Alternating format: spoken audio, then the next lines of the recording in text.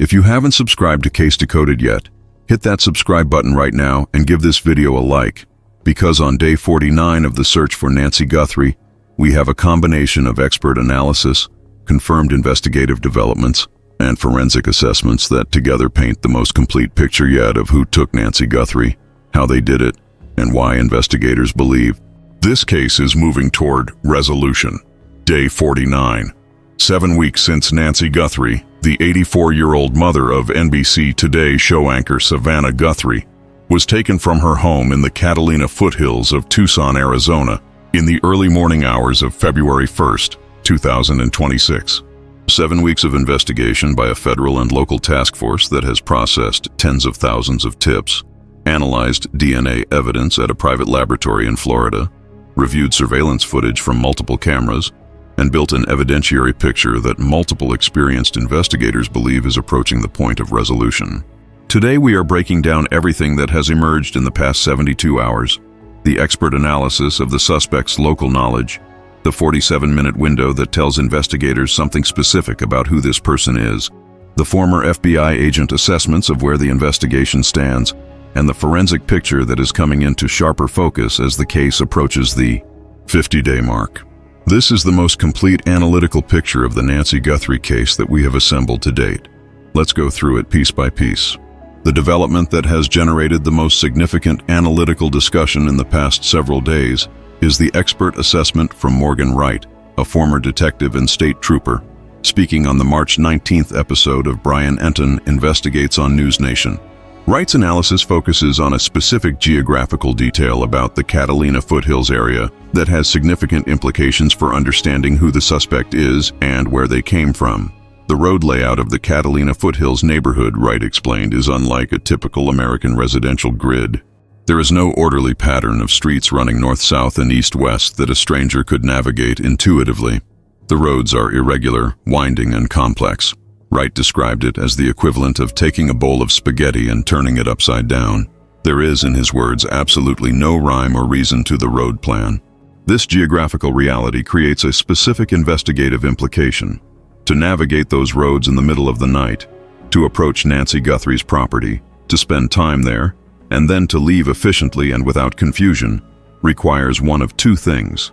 Either the suspect used a navigation application on a device, which would create a digital record that investigators could potentially recover through device forensics or telecommunications data, or the suspect had prior knowledge of the area, personal familiarity with the specific road layout that allowed them to navigate it without technological assistance. Wright's assessment, based on his review of the available evidence and his consultation with sources on the ground in Tucson, is that the suspect navigated the Catalina Foothills with a level of comfort that points toward local knowledge. He agreed with Brian Entin's instinct, formed through weeks of reporting on the case and conversations with sources, that this person is not far from Nancy's neighborhood and almost certainly did not come from another state. This is a significant investigative assessment from an experienced former law enforcement professional. It narrows the geographic profile of the suspect from the general population to a more specific subset. Individuals with enough familiarity with the Catalina Foothills area to navigate its complex road system in the early morning hours of February 1st. Subscribe to Case Decoded and give this video a like. The 47-minute window that Wright identified is the second element of his analysis that deserves careful examination, because it adds a behavioral dimension to the geographical profile. From the confirmed timeline of the Nancy Guthrie case, the critical window is between 1:47 in the morning, when the doorbell camera was disconnected, and 2:28 in the morning, when the pacemaker monitoring went offline. That is a window of 41 minutes. Wright's analysis extends the operational window slightly, suggesting the suspect was on the property for between 40 and 47 minutes total. 47 minutes. That is a long time to spend at the scene of a crime in a residential neighborhood. It is a long time to be present at a location where you are committing a serious crime, in a neighborhood with residents who might be awake, might look out a window, might notice something unusual. For most criminals, the operational instinct is to minimize the time spent at the scene, to accomplish the objective as quickly as possible and leave before discovery becomes likely. A suspect who spends 47 minutes at the scene either required that time to accomplish their objective, or was comfortable enough with their surroundings to not feel the urgency to leave quickly. Wright's analysis points toward the latter. The comfort and extended presence at the scene, he said, indicates local knowledge. Someone who knows the neighborhood, knows the patterns of activity, knows that at 2 in the morning in the Catalina Foothills, the risk of a neighbor happening to look outside at exactly the right moment is low. That person can afford to take their time in a way that a stranger to the area cannot. The combination of local geographical knowledge and operational comfort at the scene creates a behavioral profile that is specific enough to be investigatively useful. It points towards someone who has spent enough time in the Catalina Foothills area to develop an intuitive understanding of its rhythms, its traffic patterns, its residential activity levels, its road layout. That level of familiarity does not develop from a single reconnaissance visit. It develops from regular presence in the area over a period of time. This connects directly to the confirmed January 11th reconnaissance visit. The suspect came to the property on January 11th, 3 weeks before the abduction. They navigated the spaghetti road layout to get there. They observed the property. They left.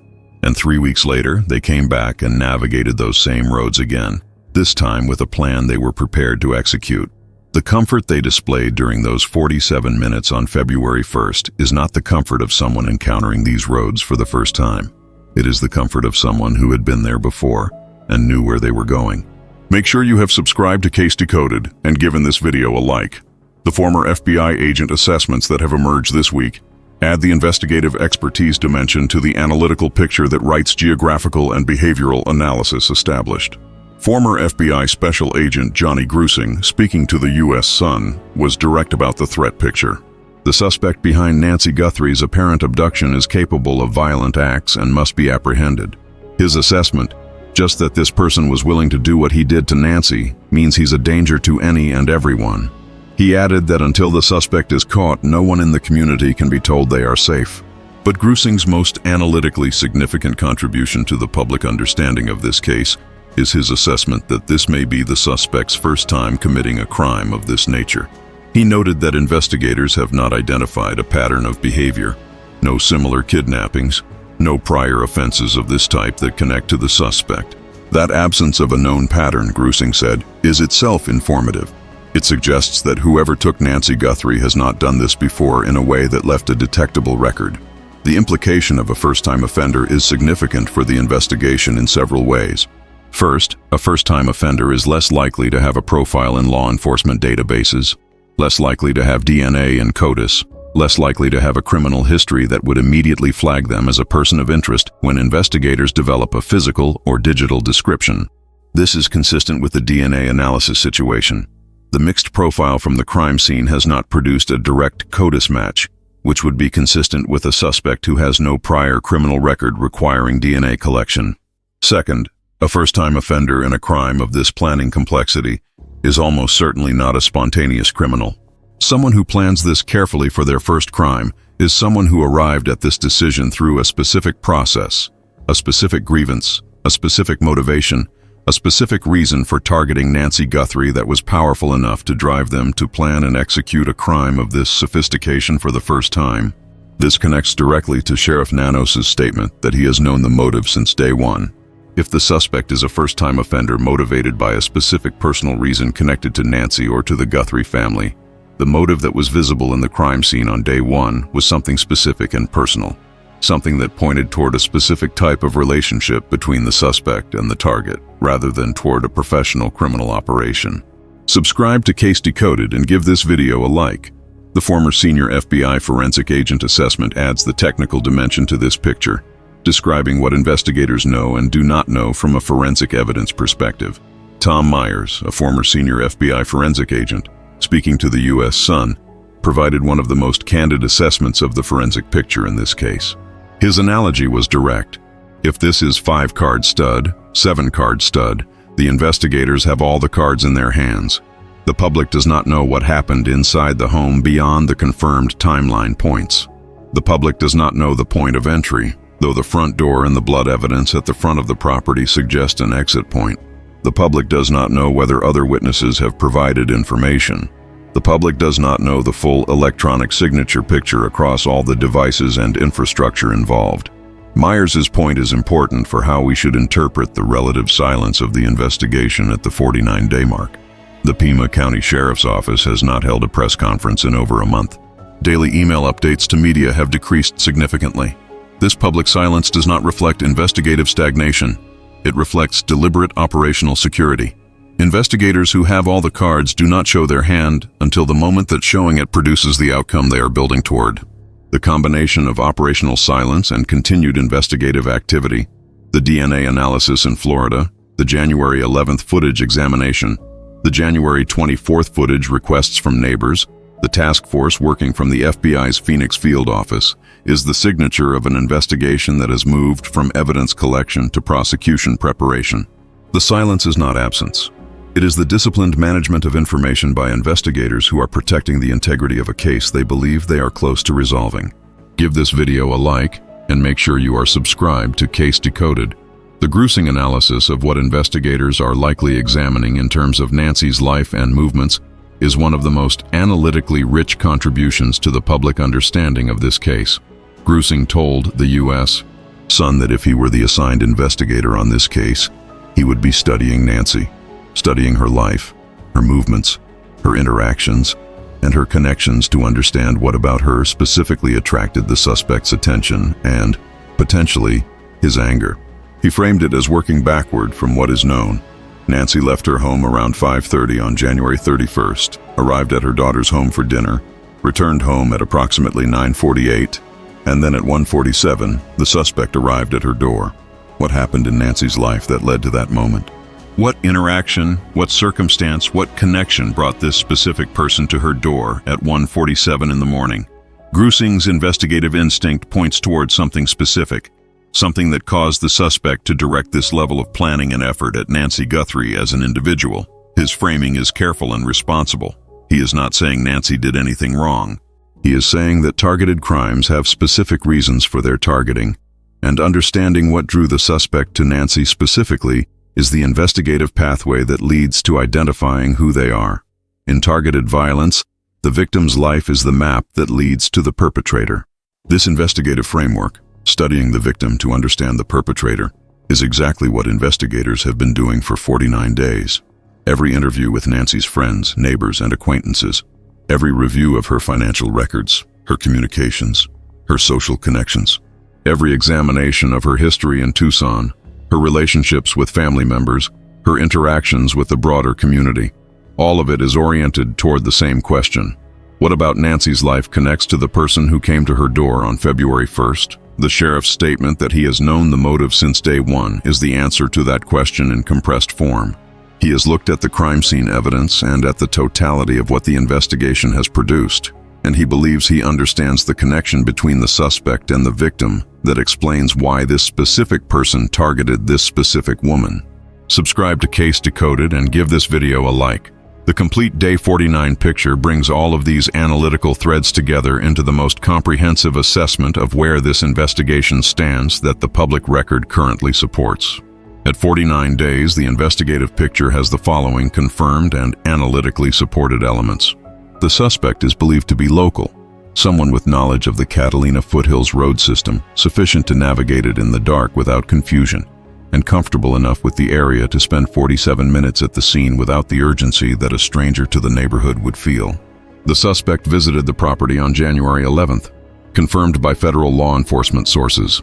They came back on February 1st with equipment purchased at Walmart, a plan developed over 3 weeks, and the operational confidence of someone who had been there before. The suspect may be a first-time offender in crimes of this type, consistent with the absence of a known pattern of similar crimes and the failure to produce a direct CODIS match from the DNA evidence at the scene. The motive is believed to be known to investigators from day one, a specific targeted reason connected to Nancy Guthrie as an individual that is embedded in the crime scene evidence and has been the foundation of the investigative direction for 49 days. The DNA analysis continues at a private laboratory in Florida, with investigators remaining hopeful it will lead to an identification. Forensic expert April Stonehouse of Arizona State University has confirmed that biological traces from the suspect are scientifically expected to be present and recoverable, despite the use of gloves and a mask.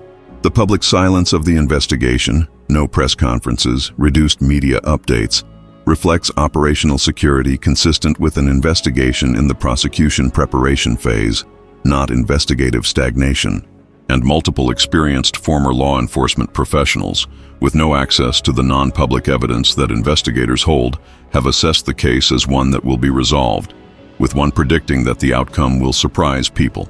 Make sure you have subscribed to Case Decoded and given this video a like. The final analytical dimension of the day, 49 picture, is the question of what resolution looks like and how close the investigation is to achieving it. Resolution in a case of this complexity does not happen all at once. It happens through the sequential completion of investigative steps that each bring the case closer to the point where an arrest is warranted and sustainable. The DNA analysis must be completed. The identification from the Walmart purchase records must be confirmed or ruled out. The January 11th footage must be fully analyzed and its investigative implications extracted. The tips generated by the reward must be processed and the most promising ones followed up. Each of these steps is ongoing. Each is being worked by a task force of homicide detectives and FBI agents who have been focused on this specific case for 49 days. The operational timeline of those steps, how long the DNA analysis will take, when the Walmart records review will produce an identification, when the January 11th footage analysis will be complete, is not publicly known. What is publicly known is that former law enforcement professionals with experience in cases of this complexity believe resolution is coming, that the investigators working the case have confidence in a specific motive theory that they have held since day one, that the suspect has left biological evidence at the scene that forensic science says is recoverable, that the equipment used in the crime was purchased at a retailer with comprehensive records, that the suspect's local knowledge narrows the geographic profile of potential suspects, and that the 47 minutes the suspect spent at Nancy's property on February 1st, navigating roads that require local knowledge, executing a plan developed over weeks, leaving behind evidence that investigators are processing, is documented in a timeline that investigators understand far more completely than the public record reflects. 49 days. $1.2 million in rewards, available anonymously in cash. Hundreds of investigators. Tens of thousands of tips. A forensic picture that experienced professionals believe will yield an identification. And a sheriff who says he has known the motive since day one and whose beliefs have not diminished. Nancy Guthrie is 84 years old. She requires daily medication. She was taken from her home by someone who knew where she lived, knew how to get there, knew how to stay there for 47 minutes without detection, and left before the sun came up. That person is still unidentified publicly, but the investigation that has been pursuing them for 49 days is not running out of evidence, not running out of resources, and not running out of confidence. If you have any information about the disappearance of Nancy Guthrie, about anyone in the Catalina Foothills area with unusual knowledge of the neighborhood, about any vehicle observed near Nancy's home in the weeks before February 1st, about anyone who expressed unusual interest in Nancy Guthrie or her family, please contact the FBI at 1-800-CALL-FBI or submit a tip at tips.fbi.gov. Tips can be submitted anonymously. The reward can be paid in cash. Every piece of information matters. Stay subscribed to Case Decoded. Give this video a like. Share it with everyone following this investigation. We will be back the moment the next development breaks. Thank you for watching. The geographical analysis that Morgan Wright provided on Brian Entin Investigates deserves deeper examination because the specific detail about the Catalina Foothills road layout is not just an interesting local fact. It is an investigative tool that narrows the suspect pool in ways that are more significant than they might initially appear. The Catalina Foothills is a specific bounded area. The road system that Wright described, the bowl of spaghetti that has no grid pattern, is the road system of a particular neighborhood in northern Tucson. People who are familiar with those roads are people who have reason to be in that specific neighborhood. Residents, regular visitors, people who work in the area, people with personal or professional connections to properties or individuals there. The pool of people with sufficient familiarity to navigate those roads in the dark at 2 in the morning without confusion, while carrying out a carefully planned operation, is not the general population of the Tucson metropolitan area. It is a much smaller subset. People whose relationship to the Catalina Foothills area is specific enough to have generated the kind of internalized geographical knowledge that Wright described. When investigators study Nancy Guthrie's life to understand what drew the suspect to her, the investigative framework that Grusing described, they are also implicitly studying the intersections between Nancy's life and the lives of people who have that specific geographical familiarity. Where did Nancy's social circle extend? What professional or community connections did she maintain?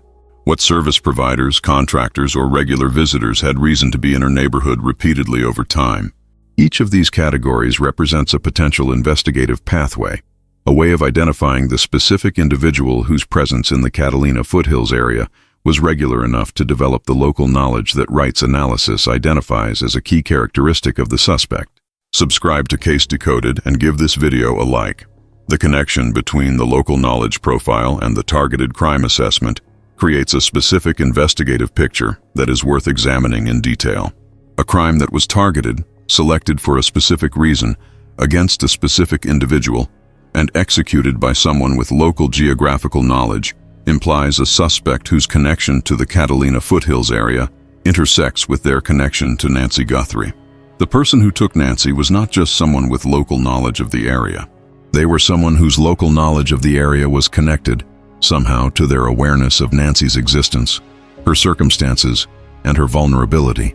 This intersection, local knowledge plus specific awareness of Nancy, is the profile that the investigation is working to match against a specific individual. The January 11th reconnaissance visit established that the suspect had identified Nancy and her property specifically before February 1st. The geographical analysis establishes that the suspect was comfortable in the area. The motive assessment establishes that investigators believe there is a specific reason the suspect selected Nancy. Putting these three elements together creates a suspect profile with specific characteristics. The suspect is someone in or regularly connected to the Tucson area, specifically the Catalina Foothills. The suspect has a specific reason for having targeted Nancy Guthrie, a reason that was visible in the crime scene from day one. And the suspect executed a crime that required local knowledge, advanced planning, and the kind of operational confidence that comes from familiarity with the target and the environment. This profile is specific enough to be the basis for identifying a suspect from the population of potential individuals. It is the kind of profile that, when combined with the DNA evidence, the Walmart purchase records, the ring camera vehicle footage, and the tips generated by the reward, narrows the investigative field to a manageable subset, and then to a specific name. The investigation has this profile.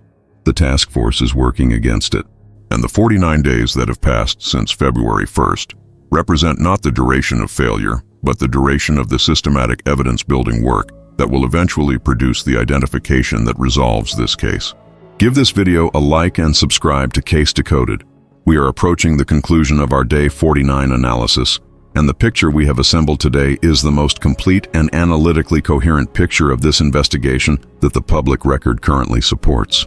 7 weeks of investigation, a local suspect with specific area knowledge, a crime that required 47 minutes of confident, unhurried execution, a first-time offender with a specific personal motivation visible in the crime scene from day one, DNA evidence that forensic science says is present and recoverable, Walmart purchase records that connect the equipment to a specific transaction, a task force working in operational silence from the FBI's Phoenix field office, and a sheriff who is confident in a motive theory he has held since the morning of February 1st.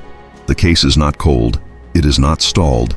It is in the phase that precedes resolution, the phase where the evidence assembled over 49 days is being converted, piece by piece, into the prosecutable case that will support an arrest and a conviction. Former investigator Michael Gould said people will be surprised by the outcome. Former FBI agent Jonny Grusing said the suspect is dangerous and must be caught. Former FBI forensic agent Tom Myers said the investigators have all the cards. And former detective Morgan Wright said the suspect knew every road, a detail that tells us exactly where to look for the person who took Nancy Guthrie. Stay subscribed to Case Decoded. Give this video a like. Share it with everyone following this case.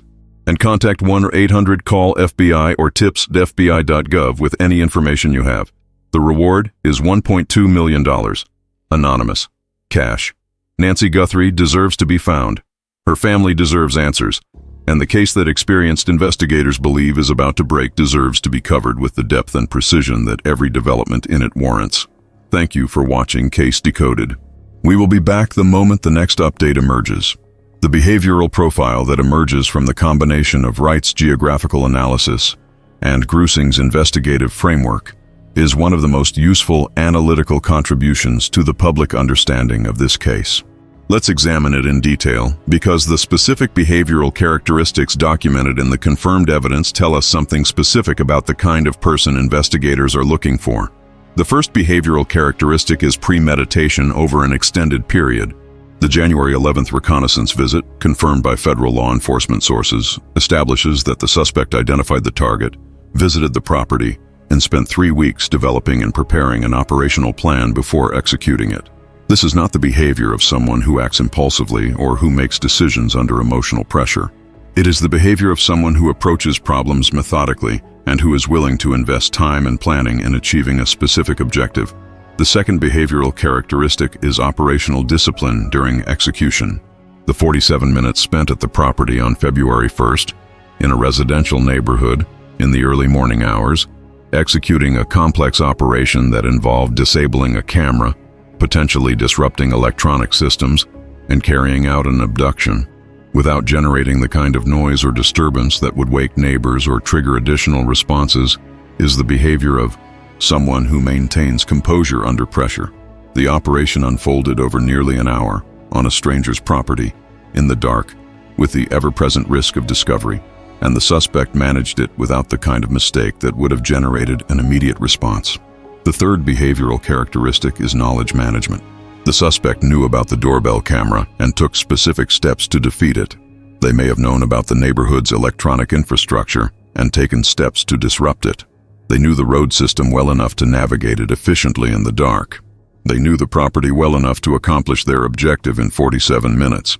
This level of knowledge management, the systematic acquisition and application of specific information, is a behavioral signature of someone who approaches their objectives with research and preparation.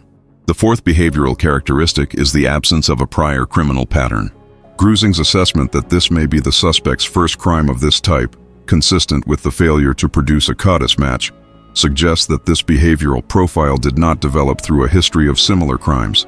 The suspect is not someone who progressed from lesser crimes to this one through an escalating pattern. They arrived at this specific crime through a specific motivation that drove them to plan and execute at a level of sophistication that many career criminals never achieve.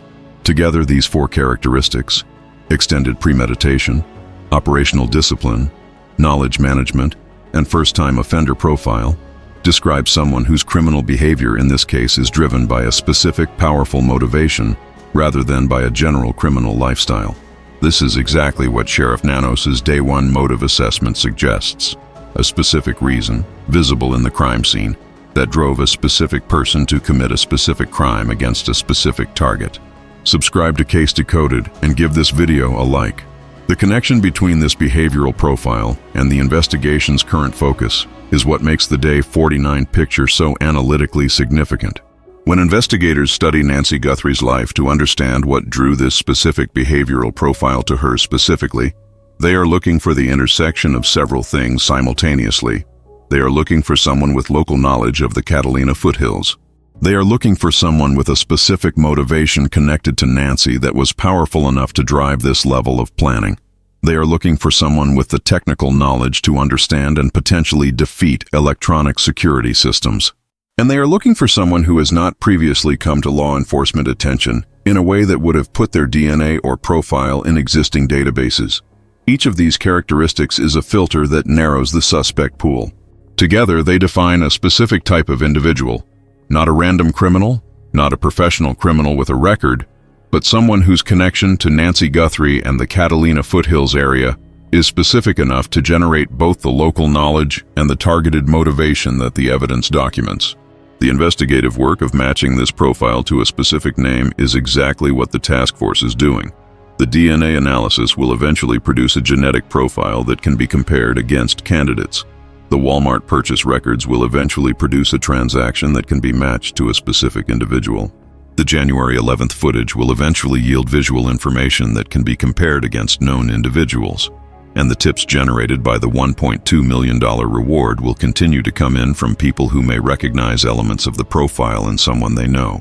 The convergence of these parallel investigative streams is the mechanism by which resolution comes, not through a single dramatic breakthrough, but through the patient accumulation of confirmatory evidence that eventually reaches the threshold required for a federal arrest. Give this video a like and subscribe to Case Decoded. The Day 49 timeline brings together everything that has been confirmed and analyzed in this case into a single coherent narrative of what is known and what remains to be determined. What is known? Nancy Guthrie was taken from her Catalina Foothills home on February 1st by a masked suspect who had visited the property on January 11th. The suspect spent between 40 and 47 minutes at the property. The suspect navigated the complex Catalina Foothills road system with comfort and familiarity. The suspect purchased specific equipment at Walmart in advance. The suspect potentially disrupted electronic infrastructure in the neighborhood. The suspect left biological evidence at the scene despite using gloves and a mask. The suspect sent ransom communications to media organizations. The suspect has not been publicly identified after 49 days of investigation. What investigators know that the public does not. The specific motive that Sheriff Nanos identified from day one. The specific conclusions drawn from the January 11th footage. The specific results, partial or complete, of the DNA analysis currently ongoing in Florida. The specific leads generated by the most promising tips from the 1,500 received after the reward increase. The specific vehicle or vehicles identified from the Ring camera footage. And the specific investigative conclusions that have led a task force of homicide detectives and FBI agents to work in operational silence for more than a month. What experienced former law enforcement professionals believe that the case will be resolved, that the outcome will surprise people, that the suspect is dangerous and must be caught, that the investigators have all the cards, and that the suspect's local knowledge and behavioral profile point towards someone connected to the Tucson area specifically. 49 days. The case is about to break, not because of a single dramatic revelation, but because the systematic evidence building that has been happening for 49 days is reaching the threshold at which it produces action. The DNA will confirm an identity. The purchase record will confirm a transaction. The footage will confirm a face. The tips will produce a name. And the task force that has been working in silence will move from preparation to prosecution. When that happens, Case Decoded will be here to cover it, with the same depth, precision, and care that we have brought to every development in this case for the past 49 days. Subscribe. Give this video a like. Share it. Contact 1-800-CALL-FBI or tips.fbi.gov with any information you have. The reward is $1.2 million, available anonymously, payable in cash. Nancy Guthrie deserves to be found. Her family deserves answers. And the suspect who knew every road out of the Catalina Foothills has left behind enough evidence that investigators following every thread believe they are closing in. Thank you for watching Case Decoded. The public silence of the Pima County Sheriff's Office, no press conferences in over a month, reduced daily media updates, deserves analysis in the context of everything else we know about where this investigation stands on day 49. In the early weeks of the Nancy Guthrie investigation, the public communication from the Sheriff's Office was frequent and substantive. Press conferences, media interviews, public releases of surveillance footage, requests for community assistance. This level of public engagement served multiple purposes in the early phase, generating tips, maintaining public awareness, and communicating the seriousness of the law enforcement response. The transition to operational silence is not a departure from that posture. It is the natural evolution of an investigation that has moved from the emergency response and evidence collection phase to the analytical and prosecution preparation phase. In the prosecution preparation phase, public communication becomes a liability rather than an asset. Every detail revealed to the public is a detail potentially revealed to the suspect. Every confirmed investigative conclusion is a conclusion that the suspect or their associates can use to assess how much evidence investigators have assembled. Former FBI forensic agent Tom Myers described the investigators as holding all the cards.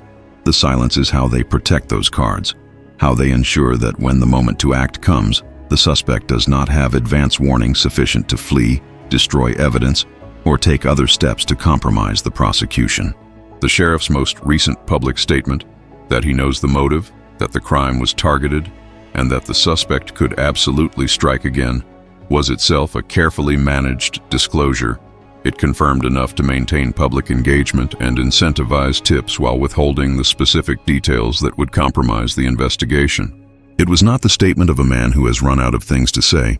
It was the statement of a man who is saying exactly as much as the investigation can afford to have said. This disciplined communication posture is consistent across all the verified reporting on this case at the 49-day mark. The Pima County Sheriff's Department confirmed it continues to analyze various forms of evidence. It will not comment on the details or status of that analysis. The FBI has not held a public briefing since the release of the surveillance footage on February 10th. The task force operates from the FBI's Phoenix field office without public disclosure of its specific activities. The silence speaks. It says that the investigation is in a phase where operational security matters more than public communication. It says that there are specific things happening that cannot be disclosed without compromising what investigators are building. And it says that the investigators who have all the cards are protecting those cards until the moment they are ready to play them. Subscribe to Case Decoded and hit the like button. The reward picture at day 49 adds the final layer to this analysis. The $1.2 million reward, $1 million from the Guthrie family, $100,000 from the FBI, $100,000 from a Tucson crime hotline, remains active and available. It can be paid anonymously in cash, and it is specifically designed to reach the person who may be on the edge of coming forward, the person who knows something, who has been sitting with that knowledge for 49 days, who is weighing the risk of coming forward against the possibility of a life-changing financial reward. Savannah Guthrie said it directly in her February 24th video. If you have been waiting and you have not been sure, let this be your sign. The reward is the sign. The $1.2 million is the sign. And the assurance that it can be paid anonymously in cash is the sign for the specific person whose hesitation is connected to concerns about being identified or exposed. Former investigator Gould noted that tips can come from anyone, someone in jail, a relative of the suspect, a romantic partner, even an accomplice. The suspect in this case, if Grusing's first-time offender assessment is correct, has a social circle that is aware at some level of unusual behavior around the time of February 1st.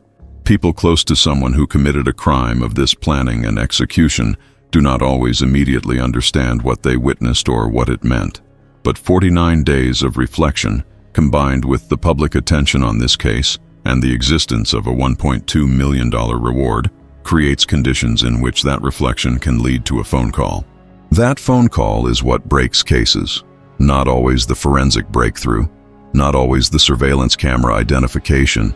Sometimes it is the person who knew something, who waited, who thought about it for 49 days, and who finally decided that coming forward was the right thing to do, or the financially rewarding thing to do, or both. The investigation is ready for that call. The tip lines are staffed. The reward is available. And the 49 days of evidence that investigators have assembled will be the context within which that tip, when it comes, produces the identification that resolves the case. Nancy Guthrie's family is waiting. Her daughter Savannah has been silent on social media for more than 2 weeks, having returned to New York City after more than a month in Tucson. The investigation continues without her physical presence in Arizona. The task force does not require her presence to do its work. But the awareness that a family is waiting for answers, that a daughter who stepped away from one of the most prominent jobs in American television is living with daily uncertainty about her mother's fate, is the human reality that underlies every analytical and investigative thread we have discussed today. Day 49. The case is about to break. The evidence is assembled. The profile is established. The investigation is in operational silence because it is protecting something that is being built toward a specific conclusion. And when that conclusion is reached, when the DNA matches, when the purchase record identifies, when the tip provides the missing piece, the silence will break into the kind of public announcement that 49 days of investigation have been working toward. Stay subscribed to Case Decoded. Give this video a final like, share it. Contact 1-800-CALL-FBI or tips.fbi.gov. The reward is $1.2 million. It is real, it is available, and it is waiting for the person who has the information that makes the difference. Thank you for watching Case Decoded. We will be back the moment the next development breaks in the search for Nancy Guthrie. There is one more dimension of this case that the Day 49 picture makes newly visible. The question of what the suspect has been doing for 49 days since February 1st, and what that means for the investigation's ability to eventually locate and prosecute them. A person who commits a crime of this planning and sophistication does not simply return to their normal life unchanged after the crime. The weight of what they have done, the awareness that a massive federal investigation is actively pursuing them, and the constant presence of this case in the public media, all of these factors create a specific kind of psychological and behavioral pressure that manifests in ways that people close to the suspect may have observed. Grusing's framework, studying Nancy to understand the perpetrator, has a parallel. Studying the behavioral changes in the suspect's social environment after February 1st. People who commit serious crimes and then attempt to maintain normal lives typically exhibit behavioral changes that their social circles can sometimes detect in retrospect. Unusual anxiety, changes in routine, unexpected interest in media coverage of the case, unexplained absences or changes in financial behavior, or the specific kind of hypervigilance that comes from knowing that an investigation is closing in. These behavioral markers are exactly what the tip processing operation is designed to capture. When investigators ask members of the public to come forward with information, they are not only asking about things observed before February 1st, they are also creating the opportunity for people who have noticed unusual behavior in someone they know since February 1st to connect that behavior to the public profile of this case and to make contact. The 1,500 tips received after the reward increase represent a significant input of exactly this kind of information. Processing those tips, identifying the ones that describe specific, verifiable behavioral observations rather than speculation, is the investigative work that is happening in operational silence at the task force level. Every credible tip that describes specific behavioral observations of a specific individual creates an investigative lead that can be pursued through the other evidence channels simultaneously. A tip that names a specific individual can be compared against the physical description from the doorbell footage. The height, the build, the mustache. It can be compared against the DNA profile being developed from the crime scene evidence. It can be compared against the vehicle records associated with that individual. It can be compared against location data from the period of the crime. This is how tips convert into identifications, not as standalone evidence, but as the specific pointer that directs the comprehensive forensic picture toward a specific name. The DNA profile exists. The Walmart purchase records exist. The footage exists. What they need is the specific name to test against. And that name may be in the tip queue right now, waiting to be elevated through the processing system to the investigators who will run it against everything else. The case is about to break. That is the assessment of experienced former law enforcement professionals who have reviewed the public evidence. It is the implication of a sheriff who says he has known the motive since day one and whose beliefs have not diminished. It is the conclusion suggested by a forensic expert who says the DNA is present and recoverable. And it is what the systematic, patient, methodical work of 49 days of investigation by a federal task force is building toward. Nancy Guthrie was 84 years old when she was taken. She is someone's mother and grandmother. She was active in her community, her faith, and her family. She worked at a Wendy's. She raised children who love her. She was home, in her own bed, in her own house in a neighborhood she had lived in for years. And someone who knew those roads, who had been there before, came to her door at 1:47 in the morning and took her. That person is still out there. The investigation is closing in, and Case Decoded will be here to cover every development as it breaks. Stay subscribed, give this video a like, share it with everyone following this investigation. And if you have any information at all, contact 1-800-CALL-FBI or tips.fbi.gov. The reward is $1.2 million. It can be paid anonymously in cash. Nancy Guthrie's family is waiting. Thank you for watching Case Decoded. We will see you in the next update. The intersection of all the analytical threads we have examined today, the local knowledge profile, the 47-minute window, the first-time offender assessment, the known motive, the DNA evidence, the Walmart records, the operational silence, creates a picture that is not just a collection of individual pieces of evidence.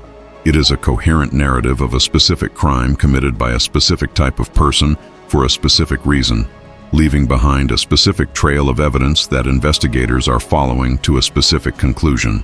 That coherence, the way all the pieces fit together into a single explanatory framework, is itself analytically significant. Investigations that are genuinely close to resolution have this quality. The evidence starts to tell a consistent story. The profile starts to narrow. The investigative threads start to converge. The silence of the investigator starts to feel less like absence and more like the disciplined protection of something that is almost ready to act. Day 49 feels like that moment. The evidence is coherent. The profile is established. The investigators have all the cards. And the former investigators who have reviewed the public evidence believe the case is about to break. When it breaks, we will be here. Subscribe to Case Decoded. Give this video a like. Share it. And stay with us as this investigation reaches the conclusion that 49 days of work have been building toward. $1.2 million. Anonymous. Cash. 1-800-CALL-FBI or tips.fbi.gov. Nancy Guthrie deserves to be found. Thank you for watching. Before we close today's analysis, it is worth stepping back and acknowledging what Nancy Guthrie's case has come to represent in the broader landscape of missing persons investigations in the United States. The attention this case has received, the federal resources, the media coverage, the public engagement, is, as Savannah Guthrie herself acknowledged in her February 24th video, not something that every missing person receives. Most families searching for a missing loved one do not have access to the kind of resources and attention that this case has generated. Most cases do not receive the investigative commitment of hundreds of federal and local investigators. Most families cannot offer a $1 million reward. Savannah Guthrie's acknowledgement of this reality, her statement that she hoped the attention given to her mother's case would extend to all families like hers who are in need, reflects an awareness that the prominence of her own public profile is what has driven the resources and attention applied to finding Nancy. And her family's donation of $500,000 to the National Center for Missing and Exploited Children is a concrete expression of the commitment to ensure that the visibility of this case creates benefit beyond the Guthrie family itself. For the investigation, this broader context means that the resolution of the Nancy Guthrie case carries significance beyond the family. It is a test of what a fully resourced federal investigation can accomplish in a case where the evidence base is substantial and the investigative commitment is total. The outcome will tell us something about what is possible when the full weight of federal law enforcement is applied to a targeted abduction case with this level of evidence. The former investigators who believe this case will be resolved and that people will be surprised by the outcome are expressing confidence in that investigative capability. The evidence is there. The profile is established, the resources are committed, and the conclusion is building. Stay subscribed to Case Decoded, give this video a like, share it, contact 1-800-CALL-FBI or tips.fbi.gov. Nancy Guthrie has been missing for 49 days. The case is about to break, and we will be here when it does. Thank you for watching.